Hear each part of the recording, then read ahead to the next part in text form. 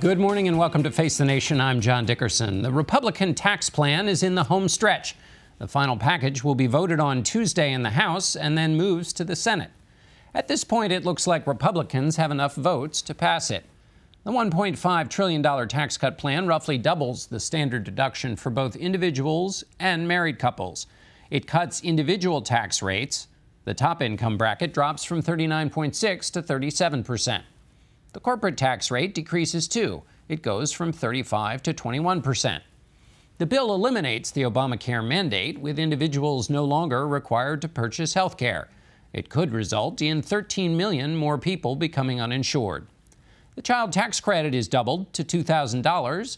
The income level for those qualifying goes up to $500,000, and $1,400 of the credit will be refundable for those whose income is so low that they don't pay income tax.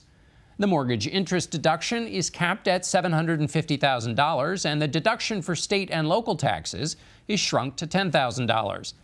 According to the Congressional Budget Office and the Joint Committee on Taxation, it will add $1.6 trillion to the debt. And we begin today with Treasury Secretary Steven Mnuchin. Welcome, Mr. Secretary. Let me ask you a question about priorities in this. Throughout the discussion about this tax bill, it's been clear the corporate rate is going to drop significantly, all the way to 20. It's fixed on 21% at the end. In the end here, for the middle class, they do get a tax cut. But for a president who dedicated his presidency to the forgotten man and who ran as a populist, is the weighting here correct? Absolutely. And first of all, let me just say, this is a historic event. People said we wouldn't get this done. We're on the verge of getting this done. The single biggest change to the tax system ever that President Trump is going to sign this week. And his priority all along has been fix a broken system. Over 90% of people will be able to fill out their taxes on a postcard. The corporate tax rate going from the highest in the world at 35% to 21% makes us competitive. And more important, we fix a system where we now tax on U.S. income, which is all about creating U.S. jobs. We're going to bring trillions of dollars back onshore. Let me ask you, though, about the top rate is going down. The president at one point said the wealthy won't be getting a tax cut. Now they will, as it drops from 39.6 to 37. Now that balances out the deduction in state and local, but only for those people who live in high state and local tax states. So again, to this question of priorities. Mark Sanford, Republican from South Carolina, said from a truth in advertising standpoint, it would have been a lot simpler if we just acknowledged reality on this bill, which is it's fundamentally a corporate tax reduction and restructuring bill, period. What's your response to that? Not the case at all. Pass-throughs have the lowest rates they've ever had since the 1930s. That's a huge part of engine of growth of small and medium-sized businesses that are going to create lots of jobs. And this is about hardworking families that are going to see, starting in February, tax cuts. We're already working at the IRS to update the tax forms and update the tax charts, and they're going to see this in their paychecks in February. I guess the question is, it's not that the middle class will get no tax cuts. They will get a tax cut, but it's the size of the tax cut relative to the emphasis and size of what corporations will get through. Not every middle class family has a pass-through, obviously.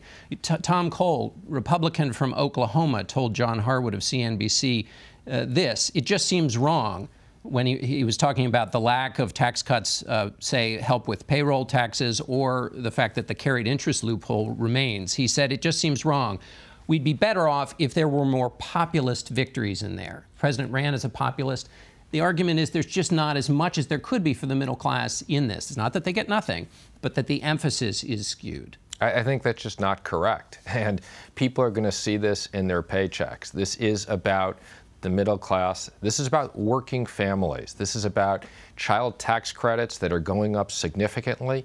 As you mentioned, refundable parts of the tax credits going up significantly. People are going to see their paychecks go up. People are going to see their wages go up. That's what this is all about. On the wages question, how soon do you think the argument you make is that with corporations, the tax is lower, they'll pass it on to workers and their wages, and then also they'll spend money on plants and equipment. How soon do you think that'll come? I think we'll see that this year. You already see the stock market at record highs.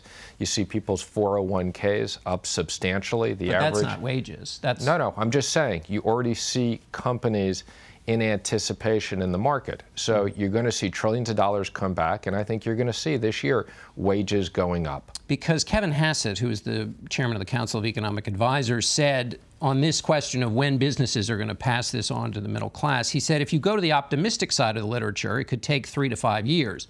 If you go to the pessimistic side, it would about double that. So that's optimistic 3 to 5. So this is being sold as a big Christmas present everybody's going to get, but really this benefit that will pass on in wages and plants and equipment, Kevin Hassett, the president's chairman of his economic advisors, says 3 to 5 years in the best case. Well, that's 3 to 5 years on this $4,500, but you're going to begin to see it right away. So you won't see it all come in. It will go in over 3 years, as Kevin anticipates.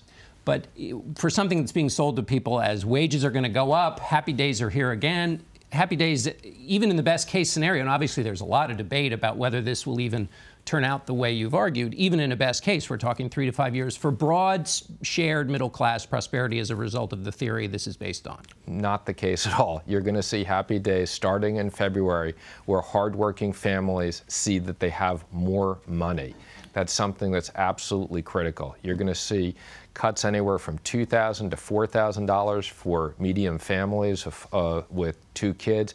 This is going to have a huge impact in the economy, and it's going to have a huge impact on American jobs. You're going to see that right away. Okay, difference between what people see in their taxes going down versus the paychecks. That's but let correct. me ask you this question. The president, another thing he campaigned on, central to his campaign, was that he was going to drain the swamp, get rid of special interests. Public Citizen reports that lobbyists have to disclose the things they're working on. 6,243 lobbyists have worked on tax-related issues. That's more than half the lobbyists in Washington worked on this. For a president who promised to drain the swamp, that seems like a lot of people working on taxes. Well, I think if it was up to the president, there'd be a lot fewer of them. I mean, the reason why there's so many people working on it is we've touched almost every single part of the tax code.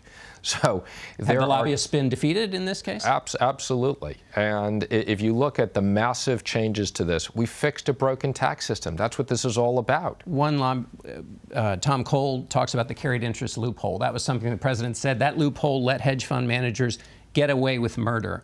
It's been tweaked a little, but it's still in there. Why was that worth keeping? Again, that was up to the House and the Senate. You know, the president likes the overall bill. There's obviously little parts of this bill that he would have tweaked differently himself. The fact that it's moved from 1 year to 3 years is definitely a step in the right direction. And the fact that it impacts a lot of small real estate developers. But, you know, as you said, the president couldn't get every single little detail he wanted. That was one of them that got left out. Okay, that's it. We're out of time. I really appreciate it. Great to see you. Thank you. Thanks for being with us.